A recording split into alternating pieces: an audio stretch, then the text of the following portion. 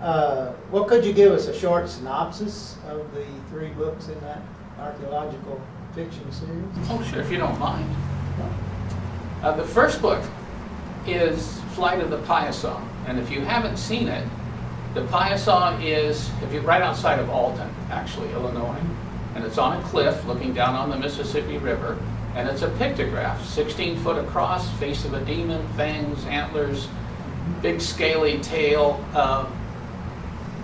big wings, and the interesting thing about it was that when Marquette came down the river, 1673, literally one of the first Europeans, he saw that pictograph. It was there in the 1600s.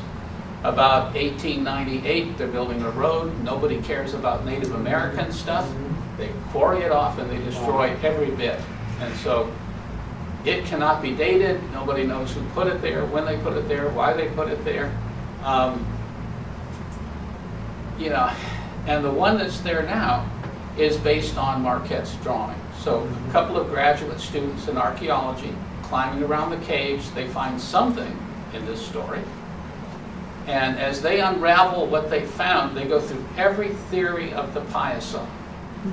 And there's a lot of people who believe that it's the real thing, that it's a primordial creature that got into modern times. Generally, evolution doesn't give birds antlers or demonic faces, and so I don't know.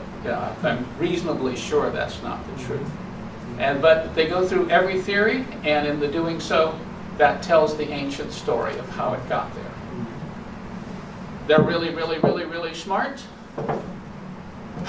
So now they're faculty. And Cahokia Mounds, which is right across from St. Louis, is the most underappreciated Native American site in North America because there's nothing else like it.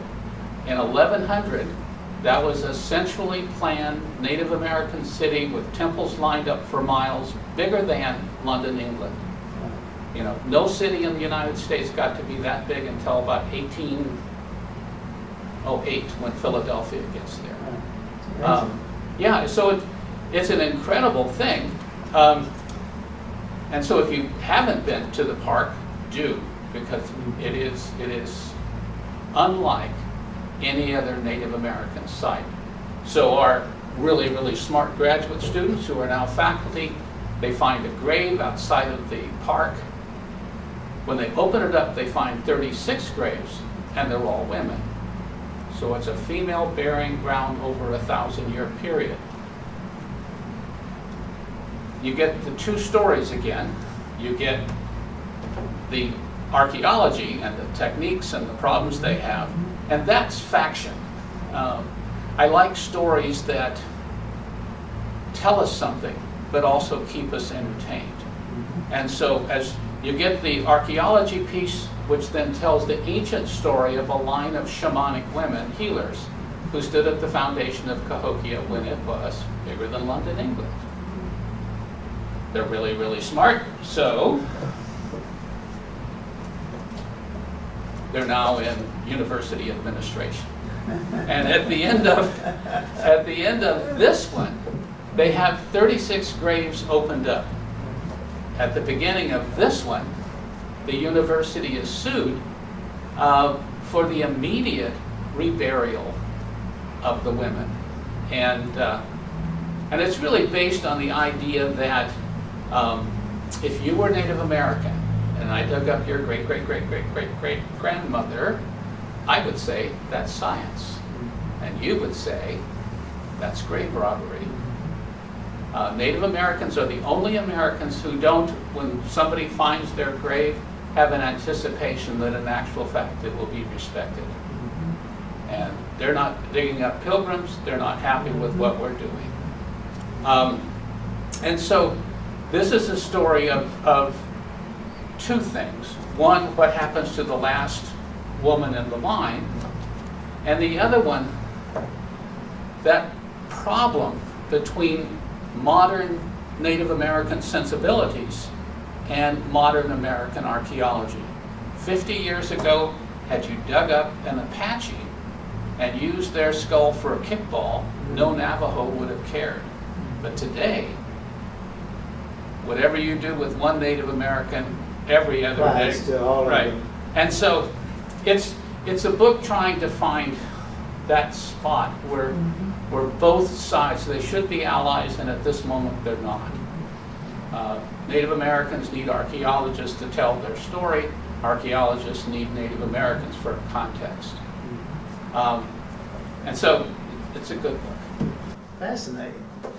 And Well, you use the term faction, so I gather that's basing something on an actual event, but then sequencing a story within that context. Yeah, again, whenever I have, in all of the books, whenever the archaeologist is talking about archaeology, to the extent that I could have that be true, and this is what we found, I make it so. For instance, about 10 miles away from Cahokia, there's a village called the Halliday site.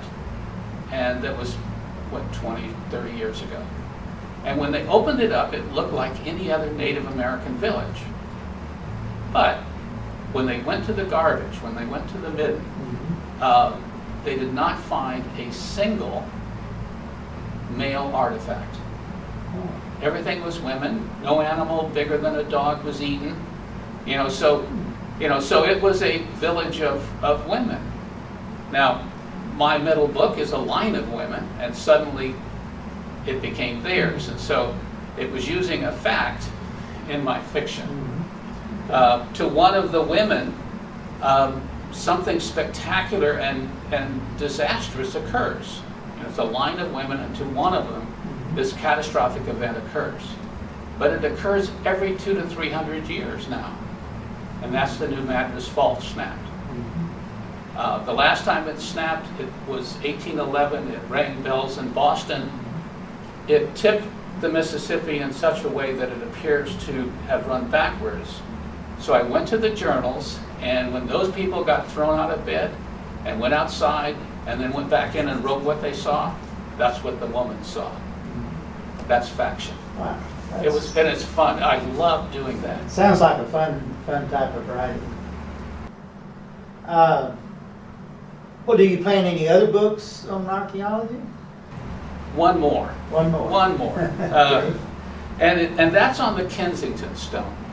Are you familiar with it? I've heard of it, yes. Yeah, it's about 1898 in Minnesota. And so, A Swedish farmer is pulling a tree out of its pasture, and in the root ball is a 200-pound stone covered in runes. And one of the lines is, 10 men read dead. And it's dated 1363, 2 or 3, something like that. And so these are not Vikings. These are going to be Christians. By this time, the Norse have become Christians. But whatever they are, they're Europeans, and they shouldn't be there. There is not any not thing. time yet. Right. And Cahokia falls apart about 1400, so we're getting close to the time that they're falling apart. And so what I really did was I thought, okay, perhaps whoever these people were had a conflict with a trading party of Cahokia. They lost 10 people, 10 men read dead, and then followed back down the Mississippi and are part of the end of Cahokia. And so that's where we are. It's going slower than I would like. We're at about 30,000 words, but we're going. And so I'm hoping it within a year or 2 years at the most. About how long are these books? How many words? 90,000. 9,000. Yeah, it takes me about 2 years to write them, and then another year to kind of straighten them out and edit them and get rid of. I never met a word I didn't like, and so I've got to get rid of lots of words. Right. It's processing.